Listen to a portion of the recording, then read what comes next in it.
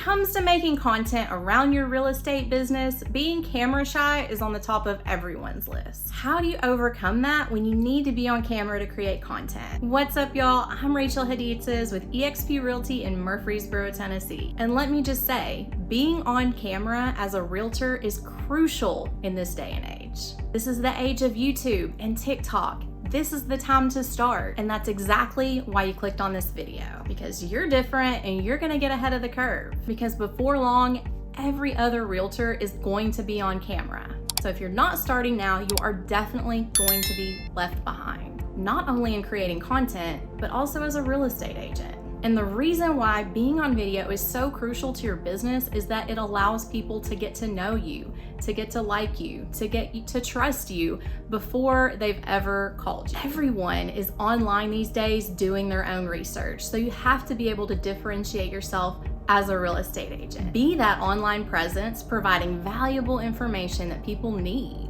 And if you do that, they're naturally going to want to work with you. And this is actually pretty scientific. They call this a parasocial relationship. And in that way, you've become like an authority figure for them. But that's actually a whole other video that I could talk about that on. But to my main point of this video, how do you build confidence when you know that you need to be on camera? I've heard it all. I hate my voice, I hate my facial expressions. Hating the way that you look and sound, that is completely natural. I want you to know everybody feels that way. But we have to overcome that. The way that I overcome that is to think about the other person in the video instead of myself. Think about it, when you're working with a client, are you thinking about yourself? Are you thinking, does this person not want to work with me because of my hair or because of my weight or my skin? That's not what people are thinking about when you're face to face, and it should be no different when you're facing the camera. And you know what? I've been there. In 2020, I was able to lose a ton of weight. I've actually gained a little bit of it back. And you know what? I'm still here. I'm still on camera.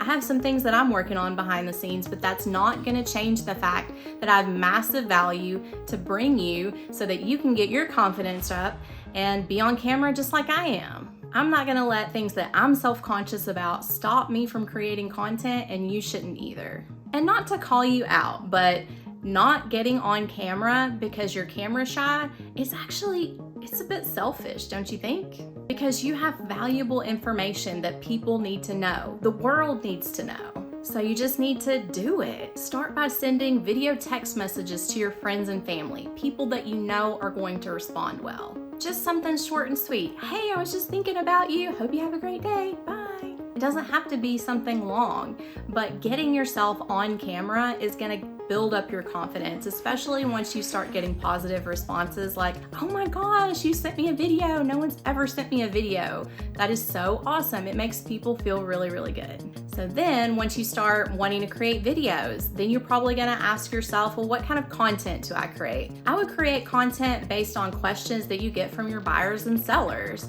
Discuss the real estate market. Are we still in a seller's market? Are we in a buyer's market? Is inventory still really low? These are all easy ideas, easy to implement. Don't give yourself something hard that you have to do a lot of research on, because that's gonna create a barrier in your mind to just putting that video out there. You need to just do it. Create pathways, don't create roadblocks. Get rid of that voice in your head that tells you that you need this or that to be able to create the perfect video. The desire for perfection is only going to lead to your procrastination. Quit making excuses, because otherwise you're never gonna get it done. So should you plan the content that you're creating? Personally, I think you should. Winging it is only gonna get you so far. I recommend that you take 1 month a day aside and just plan out some content ideas. Take another day aside to write out some scripts. And if you're not a script writer, don't get all honed into that. Maybe you just make a bullet point list. All throughout this process, I want you to be recording videos daily. If you do nothing else, if you're not doing any content planning, at least record daily videos, because you're only gonna get better. And here's the kicker: when you get better at something, your confidence is gonna grow. Even if you're planning out your social media content monthly, I want you to remember that unless you're getting behind the camera, being on video, that message isn't gonna come across the same as it would in a picture or a text format. See, the video, it helps to really connect with that person that needs you the most. Just remember that there are people out there, they need you just as much as you need their business. Having your face on camera, speaking directly to the camera, it makes people feel as if they already know, like, and trust you. Personally, I think that content without a person is so forgettable. You might remember that information, but you're not gonna remember the source of the information. So get behind video, it's gonna make you more memorable so that when people are ready to buy and sell, they're gonna remember you. As I said, I've heard so many excuses of why not to be on camera. With the number one excuse being, I hate the way that I look and sound. The second excuse would be not having a good camera. But you know what? This is 2022. We should all have a good camera, AKA smartphone.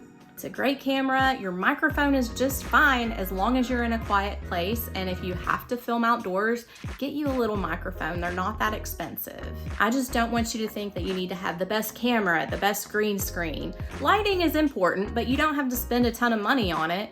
Because when you start making excuses of not having the right gear to create your videos, then you're not going to create it at all. You need to just get out there, keep it simple, and create some videos. Check out this whole other video that I created on beginner tips for YouTube for some more information on this as well. And whether you're in real estate or not, these are just really good beginner tips for getting into video. The main thing to getting to be more confident on camera is just to get started. There's not anything that you need to do, just turn on the camera. Confidence is gonna come from improving on your own progress. So I'm gonna tell you right now, those first few videos, they are gonna be painful. They just are. Get over it. I'm here with the tough love. You know, why don't you go back and look at some of my first videos? I had terrible lighting, but I was still getting behind the camera.